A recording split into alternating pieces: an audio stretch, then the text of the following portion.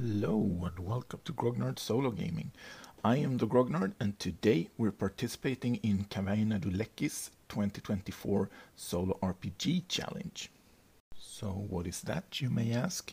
Well, it's a challenge that he has issued over at his channel that you can find linked below that wants us to try something new in our solo games each month. And for this month the challenge is to use coins. How? Well, that's up to each participant individually. I think this was a very creative initiative, so I really wanted to join. And my idea is twofold. First of all, I will be using a coin flip to answer my oracle questions, but because coins are money, I'm also going to make this about how to play solo RPG style nearly for free, and also with no preparation. First though, I'm going to say that this style mostly makes sense if you are the journaling type, at least in my opinion, and I have played this way because I enjoy writing, and it's a fun way of creating something like a short story. With that out of the way, what do we need? Well, just three things really. A coin, a book, and something to journal in. And of course the coin simply has to be something coin-like, not an actual coin. And the book could be borrowed from the library for free, or you could find something online also for free if the book is old enough. Finally, the thing to journal in could be any type of notebook. I have chosen a Swedish krona, Necronomicon, and I will journal on my computer so that I can potentially use the text in the video.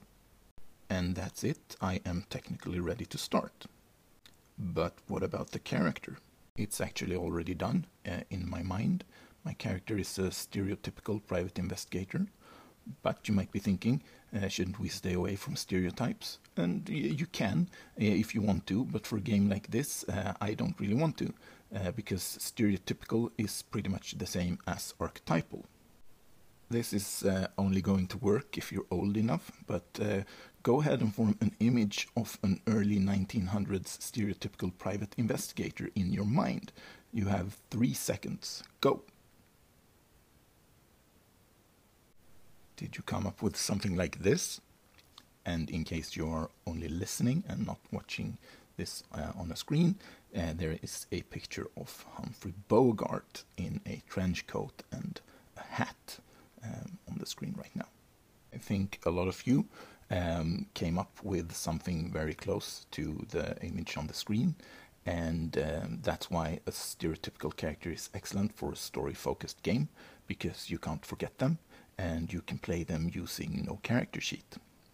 So what system is that with no character sheet? Well, it's the system of no system, like the sound of one hand clapping. No, not really.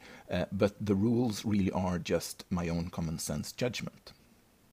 And because I have played Chaosium's Call of Cthulhu, I want to play with a D100 based skill system, and I'm deciding that my PI has 25% in everything he's bad at, 50% in everything he's okay at, and 75% in everything he's good at, and that's it. The way that I will make a skill check is to simply turn to random page and check the page number. I will use only the singular digit, not the tens or the hundreds, and the first one is the tens for my roll, and the second is the singular, meaning if I turn to page 214 and then 95, I will have rolled a 45, meaning a success on anything my private investigator is okay or good at. So what I will do is to simply open a random page, and whatever I read I will use to start the story, meaning the first thing will form the basis of the case that my PI gets hired for. Let's call him Tom Kane. Alright, so unfortunately I don't have a good setup for filming this way, so you'll just have to bear with me as I do the best that I can. But this is the book that I chose, Necronomicon by H.P. Lovecraft, and what I'll do is I will simply turn to a random page here, this one. Oh, it had a picture, and then I am going to read this part. The Nathaniel Derby Pickman Foundation, aided by a few special contributions, financed the expedition. Hence, our preparations were extremely thorough, despite the absence of great publicity. All right, so I'll use that part. And I am thinking that Nathaniel Derby is some rich man who is starting an expedition to someplace exotic, and he has a rival, and this rival is greatly disturbed by Nathaniel going on this expedition. He thinks that he might discover something fantastic, and he wants our private investigator to find out where Nathaniel is going and also why. So that is going to be the start of this adventure.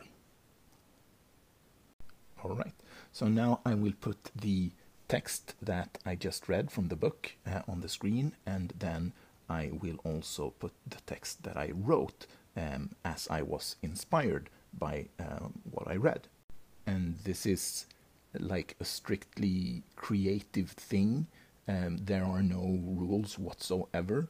I could have read the name Pickman, and I could have thought of an ice pick, and I could have come up with a murder mystery where someone had been murdered with an ice pick, and that would also have been 100% all right. So my advice here would be not to overthink anything in this process. So I have decided to write my story from the perspective of the PI, sort of the way they would do voiceovers in old-timey movies. So that's what I'm going to go with from here on. So this is what I wrote, tongue-in-cheek, but nevertheless. When the phone rang just as I was leaving the office, I knew it was trouble calling. But since rent was overdue and I was smoking my last cigarette, I still picked up. Because if trouble had money, I was willing to talk. I had been right, of course. It was a woman, the assistant of someone who wanted to remain anonymous. That was nothing new to me. But the way only bad writers hide behind pseudonyms, only bad actors want to stay anonymous. But the dollars came in an amount with the right number of zeros, so I let her keep talking. She said Nathaniel Derby was launching an expedition, and her anonymous employer wanted to know where to, and why. I told her I was the man for the job, and she gave me an address, 24 hours, and no goodbye, before she hung up. Alright, so I added the address simply to keep the story moving smoothly ahead, so the character knows where to go. And now I am going to start using the coin oracle, and I know I said I was going to use a Swedish krona, but it was really hard for the camera to read the results, so instead I managed to dig out an old plastic pirate coin, and the skull is going to mean no, and the 100 is going to mean yes. So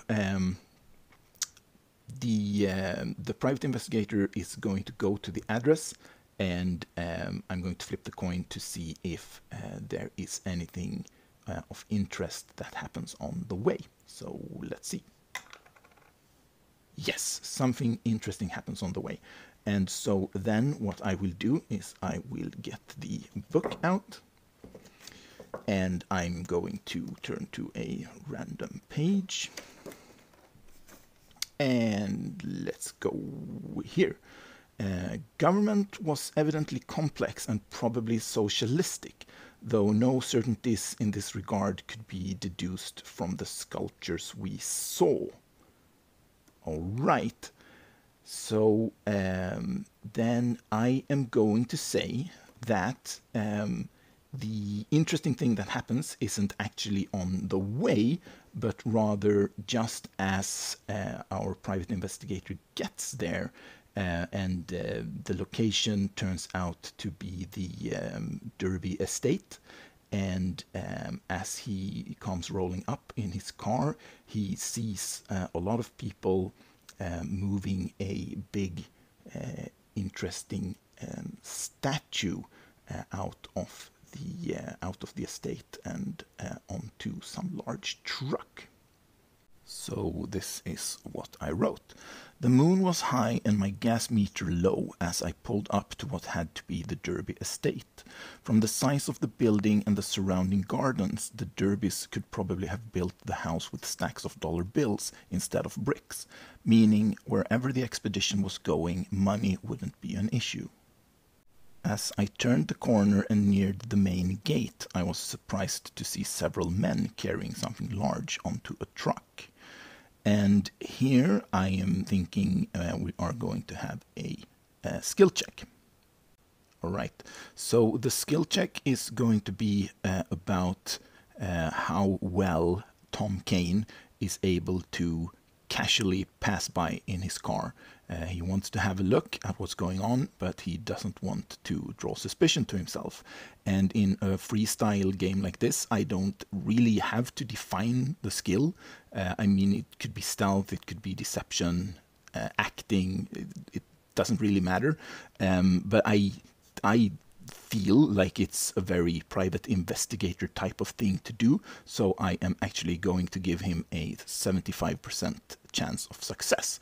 And so what I'm going to do then is I'm going to open the book to a random page right here, and so the first D10 rolls a 3 and the second D10 rolls a 9, so 39. Since the skill check was a success, I'm going to say that Tom sees something on or about the statue, some kind of an interesting detail perhaps. So I'm going to turn to a random page and see what I am inspired to come up with. Let's see. Random page. Here we go. In the meantime, a quieter yet even more spiritually poignant face of the horror had been blackly unwinding itself behind the closed door of a shelf-lined room in Arkham. Well, that actually makes me think that this is the statue of some kind of an unspeakable horror, and Tom notices that it's very strangely shaped, and perhaps there is some kind of a tentacle sticking out from under the tarp. Now, of course, he is not an occult investigator, so he doesn't really draw any conclusions from this, except that he thinks it is a statue of some kind of a monster. And let's go from there. Please just hold on 1 second. Okay, so this is what I have written. I maintained my speed and casually reached into the glove compartment to seem preoccupied as I passed them by. What the hell was that a statue of? I could have sworn that what little I saw looked like nothing but more snails than any sane human being would ever want to see. But this wouldn't be the first time the filthy rich had even filthier habits. Now Tom is going to try to get up to the building, and before he gets to do that, I'm going to flip the coin and see if there are any guards or guard dogs or something in his way. So let's flip the coin, and the question is there trouble? And no, there is no extra trouble on his way up to the building. Even though there was no extra trouble, I am still going to make a stealth check for Tom as he gets closer to the building.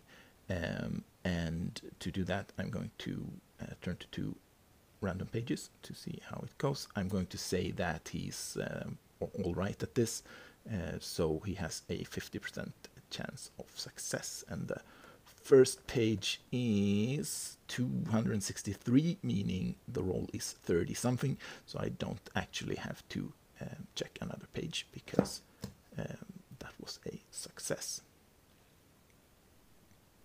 So then I will get a prompt for what he can see as he looks into the first window. So let's see what we can find. Random page. Here we have something random. Let's do this. It occurred to me that this whispering was different from anything else of the kind I had ever heard. That, despite the curious motionlessness of the speaker's mustache-screened lips, it had a latent strength and carrying power remarkable for the wheezing of an asthmatic. All right. So from this whispering, I am going to say that the window is actually open, so Tom can hear faint voices inside, and they are speaking of something that has a latent strength and carrying power. I'm going to use those words specifically, but that's the only thing that he can sort of pick up.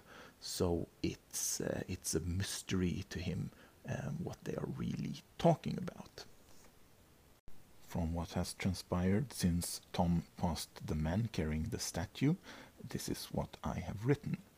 With only the pale light of the full moon to guide me, I climbed over the iron fence that separated the Derby estate from the rest of the world.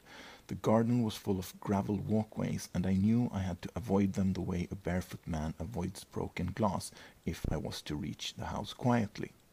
Getting closer to the building, I spotted an open window.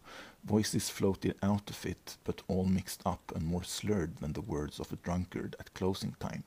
I could only hear 4 words: latent strength and carrying power, whatever that might relate to. Unfortunately, I lost some footage of when I got a prompt for what Tom could see when he looked into the window, and I also randomized the number of people who were in there, and the random number was 7, and the prompt that I cannot find again, unfortunately, said something about police men in uniform. So the next piece of text doesn't make sense unless you know that's where it came from. But again, I can't find the page, so I can't recreate it fully. But this is what I wrote. In the room were 7 men, but not the kind I had expected. These were not rich degenerates hiding behind a facade of fake civility. These were policemen in uniform, or so it seemed. Perhaps they too were degenerates, and their uniforms the fake facade. Alright, so let's have Tom make another stealth check to see if he can move quietly around the building in order to reach the back door. So 50% chance of success. Let's see how that goes. That's 293, meaning 30-something, meaning success. So he gets to the back door without incident, and then let's see if the back door is unlocked for some mysterious reason. And yes, it is actually. Is it unlocked because there is someone nearby who has just moved in or out through the door? Is someone nearby? No, there is actually no one around.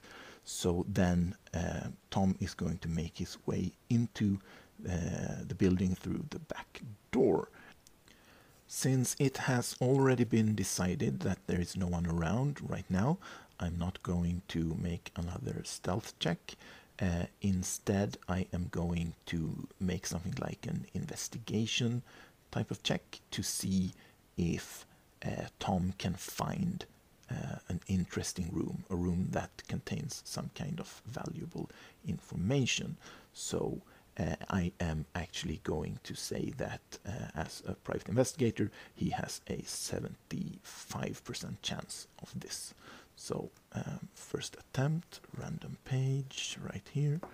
I had a picture, so it has no numbers. Let's do this one. 424, 40 something, meaning he succeeds. So then he finds a room that contains something interesting, and I am going to flip the coin, and I'm going to ask if this information is definitive, like is this the exactly the information that he needs in order to finish this assignment. So let's see if it is. It actually is. So then we have to come up with something quite exciting. Let's flip the coin to find out where the expedition was going. Was it going to Asia? Yes, it was going to Asia. Was it going to China? Nope. Was it going to Tibet? Yes, it was going to Tibet. All right.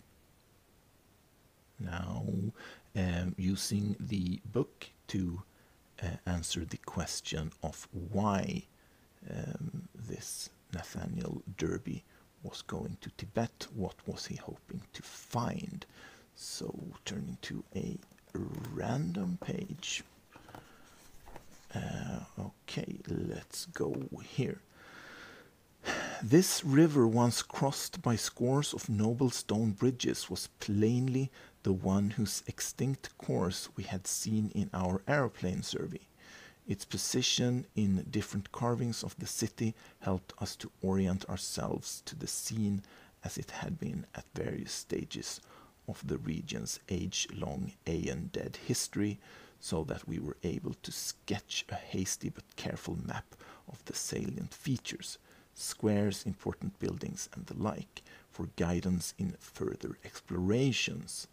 All right, so this fits very well.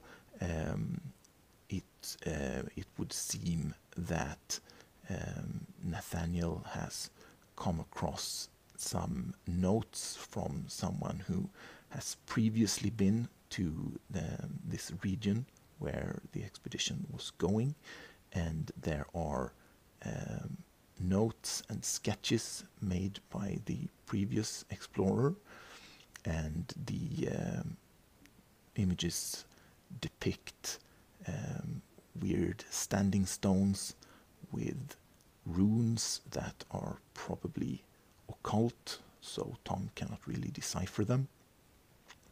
But he realizes that this is all he needs, and he quickly gathers up the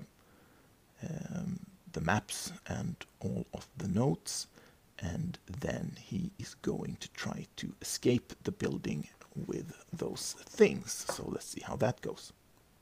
So at this point, I am not going to use the coin to see if anyone is around. Instead, I am simply going to go straight to a stealth check in order to see if anything happens, in order to create a little more risk for Tom and not make it too easy for him. So let us make a stealth check with a 50% success chance, turning to a random page here, and that is a 389. That's a 90 something, so he fails. All right, now things are getting interesting. In order to maintain consistency, I am simply going to decide that it is one or two men in police uniform that shows up, and if the coin comes up skull, they are two, and if it comes up 100, it is only one of them. So let's see. 100, so that means one man in police uniform shows up. Let's see what happens. Alright, so I am going to allow Tom one shot at knocking this uniformed man out before he gets to act, because Tom would have been on high alert, and so far Tom had not alerted anyone in the estate. So, but I am only going to give him a 25% chance of pulling this off. So let's see, can Tom knock the man out before he gets to do anything? And random page. And that would be a no. So then we are going to see, is the uniformed man going to raise the alarm? No, he is actually not, for some reason. Is he simply going to pull his gun and try to shoot Tom? Yes, and that is why he doesn't raise the alarm, because he is fully intending to simply shoot Tom where he stands. So let's see how that goes. I am going to allow Tom an attempt at dodging this, and I think the story might come to an abrupt end here if he fails, but I still really can't. Well, since they were in close quarters and Tom was trying to punch the uniformed man, let's give him a 50-50 chance here, and let's see. Well, I mean, technically it's a skill check, but I may as well just flip the coin. If I get the 100 result, then Tom manages to dodge, and with the skull he gets shot. All right, so then the question arises, in this systemless system, there are no hit points, nothing like that. I think this is as far as I am going to take this story. The point was to try the coin, and also to sort of show this way of playing a solo RPG type of game. So I am going to decide that Tom gets shot, he loses consciousness, and then I am going to use the book to find a prompt to come up with some sort of horrible fate that awaits him when he wakes up among these policemen or whatever they are. Let's face it, it's Call of Cthulhu-esque, so they are probably cultists. Let's see. All right, so let's see what horrible fate awaits Tom when he wakes up, or maybe he never wakes up, but we, as the audience, sort of simply get to find out what happened to him anyway. So, random page, and here we go. What happened then is scarcely to be described in words.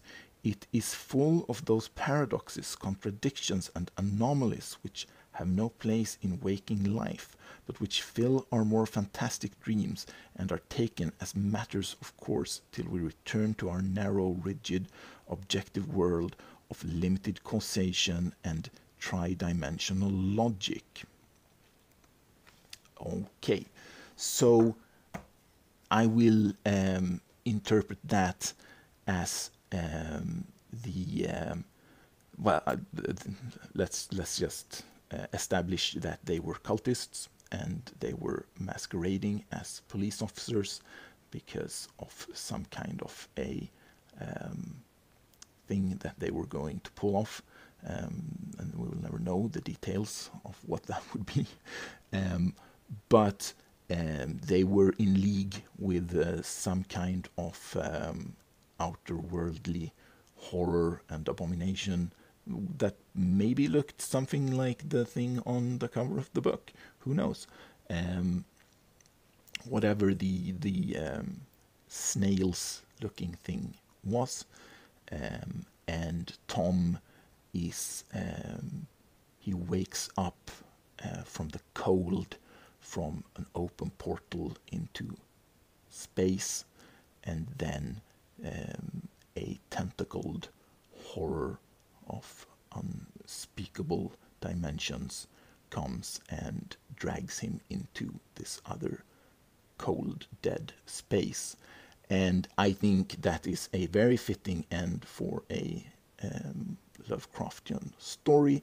I don't think Tom should have a happy ending. And so, yeah, that is going to be it. If you made it this far into the video and you are a solo gamer, I would love to hear your opinion on this style of play. Is it something that you have tried, something that you would want to try, or does it just seem stupid and pointless to play with so few rules? I am really curious to hear what you have to say, so please leave a comment. And I am trying to get the channel started, so if you find anything that I do here entertaining, feel free to go ahead and subscribe so you don't miss out on future things. And of course, I also want to thank Caverna and Lekkis for coming up with the Solo RPG challenge. This was a lot of fun, and I'm looking forward to next month's challenge. That is to use tarot cards or playing cards in your game. Finally, I want to thank you so much for watching, and hopefully I will see you in the next video.